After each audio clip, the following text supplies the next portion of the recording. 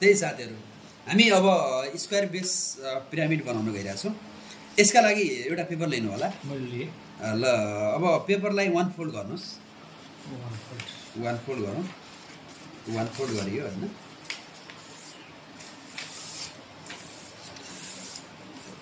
यसपछि यसलाई यस्तो पनि फोल्ड गर्नु, एकचोटि हरिजेन्टली एकचोटि भर्टिकल्ली फोल्ड गरौँ। दुईवटा फोल्ड भयो।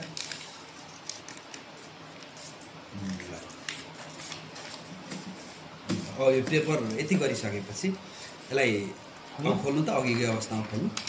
यहाँ लाइनहरूलाई अलिक गाढा बनाउनुलाई यो फेरि अघि दोबारेकै ठाउँमा यसरी बनाउनु। ल अब यति भइसकेपछि हाम्रो अब काम चाहिँ सुरु के भयो भने डायगोनल जोड्नु। अब योलाई यो छेउमा, यो कुनालाई यो छेउमा हो, यो दुईटा कुना मिल्न पर्यो। टक्क दुईटा कुना मिल्न पर्यो, पेपर स्ट्रेट होस्।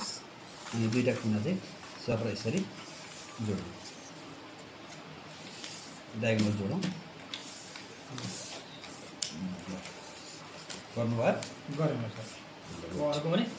अब सेम त्यसै गरी यसलाई फोल्ड गर्नु, एक खोल्नु। अब यतापट्टिबाट फेरि फोल्ड गर्नु त, यताबाट डायगोनल फेरि डायगोनल जोड्नु त, डायगोनल जोडौँ। Okay good.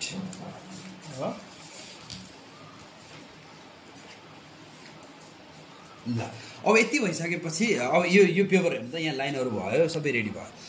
अब यसपछि हजुरले के गर्नुहोस् भन्दा अब एउटा कुनालाई घुमाउनुहोस्। यो कुना र यो कुना ल्याउँदा जुनसुकै दुईवटा कुना लिन पाइयो। अब यो कुनालाई लिनु त, यो कुनालाई यसरी यसरी यो यो यो यो घुमाएर तपाईँको यो लाइनमा यो छेउ बस्न पर्यो। ठ्याक्कै यसरी हो हो हो, ठ्याक्कै यो छेउमा यो कुना बस्न पर्यो। बस्यो। ल सेम अब यसैको अपोजिट साइडतिर हेर्नु त। अब यता अपोजिट साइड हो, अपोजिट साइडतिर पनि सेम त्यही प्रोसेस गर्नु। यसलाई ट्याक्कै यहाँ यो लाइन पर्ने गरी यसलाई चाहिँ फोल्ड गर्न पर्यो। यसलाई ओरिगामी प्रोसेस भन्छ। हामी चाहिँ गर्दैछौँ यो, हामी निरन्तर यो दिनको एउटा भिडियो अपलोड गरिरहेको छौँ, तपाईँहरूले हेर्न सक्नुहुन्छ।